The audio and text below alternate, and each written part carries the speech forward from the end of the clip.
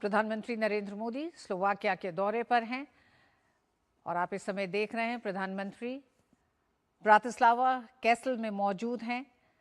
प्रधानमंत्री रॉबर्ट फिट्जो के साथ प्रधानमंत्री रॉबर्ट फिट्जो ने गार्ड ऑफ ऑनर के साथ प्रधानमंत्री नरेंद्र मोदी का औपचारिक स्वागत ब्रातिस्लावा कैसल में किया गया है। यहां से प्रधानमंत्री अपनी इस यात्रा में दोनों देशों के संबंधों को एक नए आयाम पर ले जाने के लिए अब से थोड़ी ही देर में द्विपक्षीय वार्ता होगी। हम बता दें कि दोनों देशों के बीच द्विपक्षीय व्यापार 1.8 अरब डॉलर है, जिसमें भारत का निर्यात तकरीबन 1.52 अरब डॉलर और आयात 284 मिलियन डॉलर रहा है। दोनों ही देश द्विपक्षीय वार्ता में रक्षा, डिजिटल तकनीक, व्यापार और रणनीतिक सहयोग को नई दिशा देने पर चर्चा करेंगे। 1993 में चेकोस्लोवाकिया के विभाजन के बाद स्वतंत्र हुआ और उसके बाद से ही भारत और स्लोवाकिया के संबंध मजबूत हुए, जिसमें 1993 में ही स्लोवाकिया ने नई दिल्ली में अपना दूतावास खोला और भारत ने अगस्त 1995 में ब्रातिस्लावा में अपना मिशन स्थापित किया।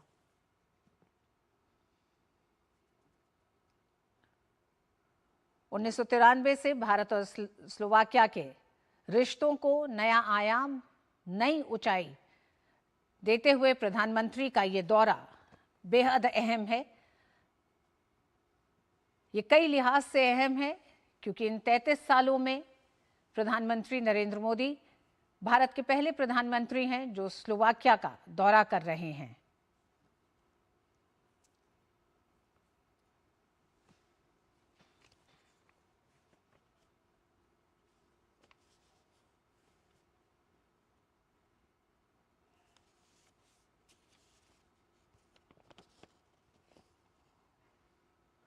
स्लोवाकिया के साथ भारत के संबंध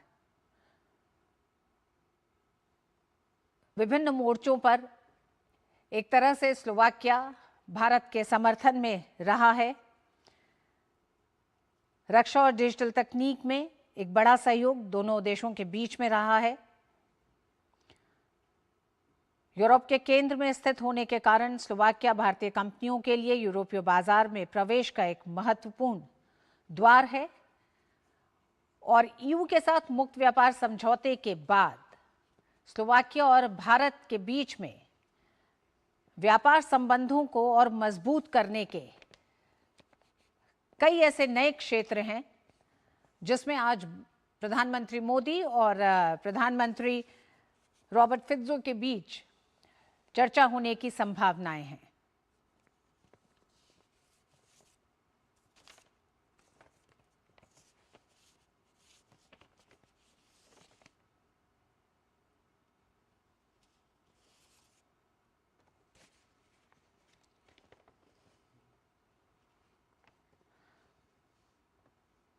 ब्रातिस्लावा कैसल में प्रधानमंत्री के औपचारिक स्वागत के बाद प्रधानमंत्री रॉबर्ट फिट्जो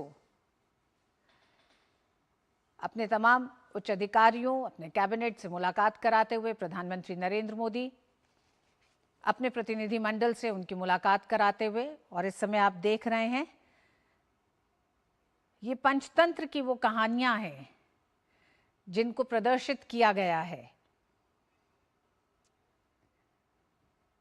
पंचतंत्र भारतीय संस्कृति का एक अमूल्य और प्राचीन ग्रंथ है जिसे प्रधानमंत्री मोदी अक्सर अपनी कूटनीति और बच्चों के साथ बातचीत में प्रमुखता से उठाते रहे हैं।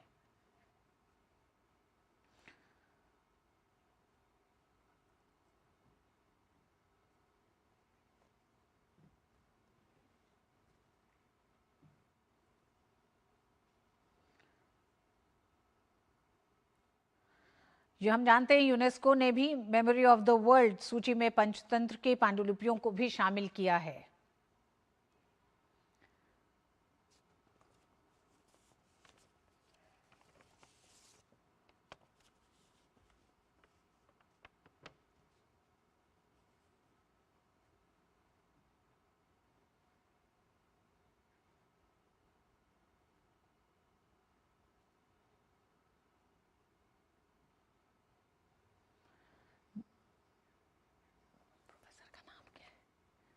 प्रोफेसर साहब हमारे साथ लगातार जुड़े हुए हैं। प्रोफेसर साहब, हम देख रहे हैं प्रधानमंत्री नरेंद्र मोदी की इस यात्रा की शुरुआत औपचारिक स्वागत के साथ अब द्विपक्षीय वार्ता की तरफ बढ़ेगी। भारत और स्लोवाकिया के बीच में रक्षा, डिजिटल तकनीक, इसमें सहयोग एक लंबे समय से रहा है। किस तरह से इस यात्रा में आप देख रहे हैं ईयू के साथ एफटीए के बाद यूरोप के अलग अलग देशों के साथ भारत का संपर्क, और वो कौन से क्षेत्र हैं जिसमें स्लोवाकिया के साथ भारत के संबंध मजबूत होंगे, साथ ही कुछ नए क्षेत्रों की तलाश भी होगी सहयोग के। जी, आपने बिल्कुल अच्छे आंकड़े दोनों देशों के द्विपक्षीय संबंधों के बारे में बताए। लेकिन मुझे लगता है, जैसे मैं बता रहा था, कि भारत सरकार ने जब स्लोवाकिया में प्रधानमंत्री के दौरे के बारे में सोचा होगा तो काफी सोच समझ के इस देश को चुना, क्योंकि सामरिक तौर से, आर्थिक तौर से भले ही एक छोटा सा देश हो लेकिन काफी महत्वपूर्ण है। क्योंकि ये जब ऑस्ट्रो हंगेरियन एम्पायर का पार्ट था और उसके बाद पहले विश्व युद्ध के बाद से जब चेकोस्लोवाकिया बना, तो इंडस्ट्रियल पावर हाउस था पूरे यूरोप का। इनफैक्ट जब वो दूसरे विश्व युद्ध के बाद जब ये समाजवाद की तरफ जब चेकोस्लोवाकिया बना, उस समय इनकी जो पर कैपिटा इनकम थी वो ऑस्ट्रिया और फिनलैंड के बराबर थी। और उसके बाद जो है इटली वगैरह इनसे काफी पीछे थे। तो एक बहुत बड़ा इंडस्ट्रियल हब है। और उसके बाद ये भी है, हम जानते हैं बहुत सी कंपनीज जैसे स्कोडा और बाटा वगैरह इसी इलाकों से आती थी। और अभी भी वहाँ पे एक काफी बड़ा ऑटोमोबाइल का सेंटर है। और नए नए तकनीक्स के अंदर स्लोवाकिया जो है काफी अग्रणी है, और डिफेंस क्षेत्र में भी काफी बड़ा इनका इंडस्ट्रियल पावर, इनका जो कैपेसिटी है। और अभी राजनैतिक तौर से भी हम देखें, जैसे प्राइम मिनिस्टर फित्सो की बात करें, तो वो काफी, उनके जो विचार हैं यूरोपीय संघ के अंदर वो अलग किस्म के हैं। और वो यूरोपीय संघ का हिस्सा होते हुए भी उनके, जब यूरोपीय विदेश मंत्री, विदेश नीति उनकी अलग है, लेकिन फिर भी इनके अपने संबंध जो हैं रूस के साथ, चीन के साथ काफी अच्छे हैं। इनफैक्ट 2024 में चीन ने स्ट्रेटेजिक पार्टनरशिप भी स्लोवाकिया के साथ जो है किया था। जी। तो और उसके बाद ये जो स्लोवाकिया है वो चाइना के बीआरआई का भी हिस्सा रहा है काफी। तो इसलिए जो सामरिक तौर से जो हमने सेंट्रल ईस्टर्न यूरोप के देशों को काफी देर तक इग्नोर किया था, क्योंकि हमारा ध्यान पूरे यूरोप के अंदर जो पश्चिम के यूरोप के देश थे उनके ऊपर लगा हुआ था। और हम जानते हैं कि जब समाजवाद का वक्त था उस वक्त हमारे संबंध इन सारे देशों के साथ बहुत मजबूत थे, राजनीतिक तौर से भी, आर्थिक तौर से भी, और डिफेंस के क्षेत्र में भी। तो उन सब चीजों को शायद अब बदल रहे हैं हम। अभी हमने पहले देखा कि पोलैंड के साथ भी हमने सामरिक साझेदारी की। जी। अब स्लोवाकिया में प्रधानमंत्री की यात्रा वहां पे कर रहे हैं। और जिस तरीके से जो सामरिक बदलाव प्रोफेसर हो। जी। गुलशन, प्रधानमंत्री नरेंद्र मोदी के स्लोवाकिया यात्रा के अभी कुछ ही घंटे बीते हैं। उन घंटों में हम अगर जो जिस तरह से परंपरागत तरीके से प्रधानमंत्री का स्वागत किया गया, और इस समय भी जो दृश्य आप देख रहे हैं स्लोवाकिया के प्रधानमंत्री नरेंद्र मोदी के औपचारिक स्वागत के बाद, जिस तरह से वो कैसल से एक तरह से उस पूरे देश को देखकर जो बातचीत हो रही है दोनों नेताओं के बीच में, और पंचतंत्र की कहानियों को एक तरफ से चित्रों के माध्यम से जो एक छोटी सी प्रदर्शनी की तरह है, जिसको कि अवलोकन किया अभी प्रधानमंत्री ने। तो आप किस तरह से मतलब एक ठोस मामलों पर अब से थोड़ी देर में द्विपक्षीय बैठक में बातचीत होगी, लेकिन उससे पहले अभी तक के कुछ घंटों में आप किस तरह की नजदीकी भी दोनों देशों में देख रहे हैं? क्योंकि बहुत से कठिन समय में स्लोवाकिया का समर्थन भारत को मिलता रहा है। 22 में रूस यूक्रेन युद्ध के दौरान भारत के ऑपरेशन गंगा में स्लोवाकिया ने महत्वपूर्ण सहायता प्रदान की थी। उसके सहयोग से 1100 भारतीय छात्रों और 2 विदेशी नागरिकों को सुरक्षित निकाला गया था। हम पहलगाम की आतंकवाद की अगर बात करें तो पहलगाम में हुए आतंकवादी हमले की भी कड़ी निंदा स्लोवाकिया ने की थी। यूएनएससी में स्थायी सदस्यता की मांग का समर्थन करता रहा है स्लोवाकिया। जी, नहीं, बिल्कुल आपने कहा। जैसे हमने देखा कि जब परंपरागत स्वागत भी उन्होंने भारतीय प्रधानमंत्री का किया, उसके अंदर जैसे वंदे मातरम को वहां पे गाया गया। उसके बाद जो है जो भजन कीर्तन जो किए गए उसके, और इनफैक्ट क्योंकि भारत के प्रति वहाँ के लोगों की बहुत अच्छी आस्था है, भारत के प्रति लोगों के बीच में बहुत लगाव है, और राजनीतिक तौर से भी, क्योंकि अगर हम उनके जैसे अब यहाँ के जो राजदूत भी हैं स्लोवाकिया के, वो भी बहुत अच्छी हिंदी जानते हैं। तो भारत के अंदर जो लोगों के संबंध हैं, पीपल टू पीपल कांटेक्ट जिसकी हम बात करते हैं, वो भी बहुत अच्छे रहे, और भारतीय संस्कृति को, भारतीय सभ्यता को वो बहुत अच्छे तरीके से वहाँ के जो इंटेलेक्चुअल्स हैं, वहाँ के जो लोग हैं, प्रोफेसर्स हैं वहाँ के यूनिवर्सिटीज के अंदर, उन्होंने काफी यहाँ की संस्कृति के बारे में भी, यहाँ की लैंग्वेजेस के बारे में भी काफी उसके बारे में अच्छी समझ रखते हैं।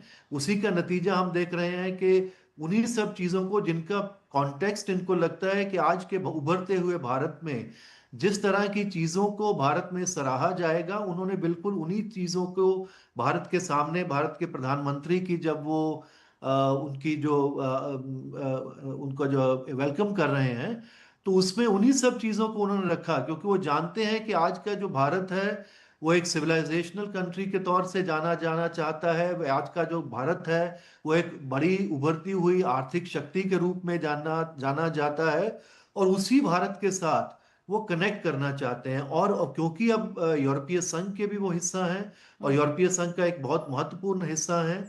इनफैक्ट जो हमने, आप जो ट्रेड एग्रीमेंट की हम बात कर रहे हैं, जो अभी जो ट्रेड कमिश्नर है यूरोपियन कमीशन के, मिस्टर शेफकोविच जो हैं, वो भी स्लोवाकिया से ही आते हैं, वहीं से वो कमिश्नर हैं। तो जो यूरोपीय संघ के अंदर किस तरह की भूमिका स्लोवाकिया अदा कर सकता है भारत और यूरोपीय संघ के संबंधों को मजबूत करने के लिए, वो भी स्लोवाकिया कर सकता है। उसके अलावा इस पूरे इलाके में जो मध्य और पूर्व यूरोप का जो इलाका है, उसके अंदर भी स्लोवाकिया की एक महत्वपूर्ण भूमिका अपनी भी रही है। विशेग्राद ग्रुप का भी वो हिस्सा रहे हैं, और हमारे द्विपक्षीय संबंध, जैसे आपने कहा, वो भी पहले से बहुत प्रगाढ़ हुए हैं। और जो प्राइम मिनिस्टर फित्सो हैं, वो उनकी अपनी, जैसे मैं बता रहा था, वो अपने किस्म की एक पॉलिटिक्स है, वो भी चौथी बार प्रधानमंत्री बने हैं वहाँ के। तो वो भी एक पुराने नेता हैं वहाँ के, और उससे पहले जब वो चेकोस्लोवाकिया होता था तो चेक कम्युनिस्ट पार्टी के भी हिस्सा हुआ करते थे, बहुत पुराने नेता हैं। तो सारी राजनीति इस इलाके की, पूरे यूरोप की, पूरे दुनिया की वो राजनीति भी अच्छी तरह समझते हैं। तो मुझे लगता है इसीलिए इस पूरे इलाके में जब हम अपने आप को कनेक्ट करना चाहते हैं, तो जैसे हमने देखा कि यूरोपीय संघ के साथ हमारी स्ट्रेटेजिक पार्टनरशिप है, और उसके अलग अलग आयाम है, उसके अलग अलग इंस्टीट्यूशनल मैकेनिज्म्स हैं। उसके अलावा हमने बहुत से और देशों के साथ सामरिक साझेदारी की है। और जैसे पहले पिछले हम दौरे में प्रधानमंत्री नॉर्डिक समिट में गए थे, और नीदरलैंड और स्वीडन के अंदर, वहां पे भी हमने सामरिक साझेदारी की थी। लेकिन वो इस वाले इलाके के अंदर, जैसे मैंने कहा, जब प्रधानमंत्री की पोलैंड की यात्रा हुई थी, जी। जब वो यूक्रेन जा रहे थे, तो उस टाइम वहां पे पोलैंड के साथ भी हमने सामरिक साझेदारी की थी। और तब से, और उससे पहले से भी काफी नए तरीके से इस पूरे इलाके को भारत फिर से अपने आप से जोड़ना चाहता है। क्योंकि जब वो समाजवाद का इलाका, जब ये स्लोवाकिया, चेकोस्लोवाकिया का एक पार्ट था, जी। उसके अंदर था, तब हमारे उनसे बहुत गहन संबंध हुआ करते थे, आर्थिक संबंध भी थे, डिफेंस के रिलेशंस भी थे, और राजनीतिक संबंध तो उसके बाद से भी अच्छे रहे हैं हमारे हमेशा से। लेकिन किसी तरीके से हम शायद इसके ऊपर पूरा ध्यान इस पूरे इलाके पे नहीं दे पाए थे। जी। तो वो शायद मुझे लगता है जो एक कमी थी यूरोप के अंदर, सेंट्रल ईस्टर्न यूरोप को यूरोप से इग्नोर नहीं किया जाए, क्योंकि उसका फायदा कहीं दूसरे देश ना उठा ले। और क्योंकि जैसा मैंने कहा जी। कि इनका प्रोफेसर साहब, जी 1993 में स्लोवाकिया एक स्वतंत्र देश हुआ, लेकिन जी भारत के साथ तभी से इसके संबंध है, और 1995 से रक्षा सहयोग समझौता भी लागू रहा दोनों देशों के बीच में। भारतीय जी और स्लोवाक कंपनियां तोपखाना, बंदरगाह, बख्तरबंद प्रणालियों के संयुक्त उत्पादन पर लगातार काम करती रही हैं। स्लोवाक हथियार निर्माता ग्रैंड पावर तमिलनाडु के कोयम्बटूर के पास अपनी सहायक इकाई स्थापित कर रही है। इसी जी तरह अगर हम देखें तो डिजिटल और साइबर सुरक्षा में भी भारत के इलेक्ट्रॉनिक्स और सूचना प्रौद्योगिकी मंत्रालय और स्लोवाकिया के संबंधित मंत्रालय के बीच डिजिटल सहयोग पर लंबे समय से बातचीत जारी है। साइबर सुरक्षा, पोस्ट क्वांटम तकनीकों पर समझौते की संभावना इस दौरे के साथ भी की जा रही है। अंतरिक्ष सहयोग एक ऐसा क्षेत्र है जिसमें भारत और स्लोवाकिया लंबे समय से एक साथ एक तरह से काम भी कर रहे हैं। 2017 में स्लोवाकिया का पहला उपग्रह भारत के PSLV रॉकेट द्वारा श्रीहरिकोटा से प्रक्षेपित किया गया था। दोनों देशों की अंतरिक्ष एजेंसियां आगे भी सहयोग बढ़ाने पर लगातार विचार कर रही हैं। तो ये तमाम वो क्षेत्र हैं जो आज जब बातचीत द्विपक्षीय बैठक में होगी और उसके बाद जो जिन समझौतों की संभावनाएं लगातार जताई जा रही हैं, उसमें वो इन क्षेत्रों के साथ साथ कौन से नए क्षेत्र जुड़ सकते हैं प्रोफेसर साहब? क्योंकि नहीं मौजूदा देखिए, वैश्विक संकट को भी देखते हुए, सब बाधित सप्लाई चेन्स को देखते हुए स्लोवाकिया की अहमियत भारत के लिए और क्या है, और स्लोवाकिया की भी भारत की अहमियत किस तरह से है? देखिए, मुझे लगता है अगर हम वहाँ का अगर इंडस्ट्रीज देखते हैं स्लोवाकिया की, तो उसके अंदर जैसे मैं कह रहा था, डिफेंस इंडस्ट्रीज हैं। उसके बाद जो है वहाँ पे जो ऑटोमोबाइल का बहुत बड़ा सेंटर है, उसके बाद IT सेक्टर है, और ये सब जो केमिकल्स हैं और ये सब जो सेक्टर्स हैं जिसके अंदर ऑलरेडी, जैसा आपने कहा, कुछ कंपनीज हमारी काफी ऑलरेडी, चाहे TCS हो, टाटा है, वो ऑलरेडी इस इलाके में है। ऑलरेडी 10-11 हजार भारतीय भी वहाँ पे रह रहे हैं, अलग अलग इंडस्ट्रीज में काम भी कर रहे हैं, तो छात्र भी वहाँ पे पढ़ रहे हैं। बिल्कुल लेकिन अब प्रोफेसर जब साहब, बड़ी कंपनियां प्रधानमंत्री, इस समय स्लोवाकिया में हैं भारत की। टाटा जी मोटर्स जी है, टाटा कंसल्टेंसी है, TCS है, टाटा जी ऑटोकॉम सिस्टम्स है, CK बिरला ग्रुप है, हमारा राजा एनर्जी मोबिलिटी है। तो ये तमाम ग्रुप्स इस समय स्लोवाकिया में मौजूद हैं, और स्लोवाकिया की भी कई कंपनियां भारत में मौजूद हैं। तो किस तरह से बड़े बाजार के तौर पर, और हम जब देख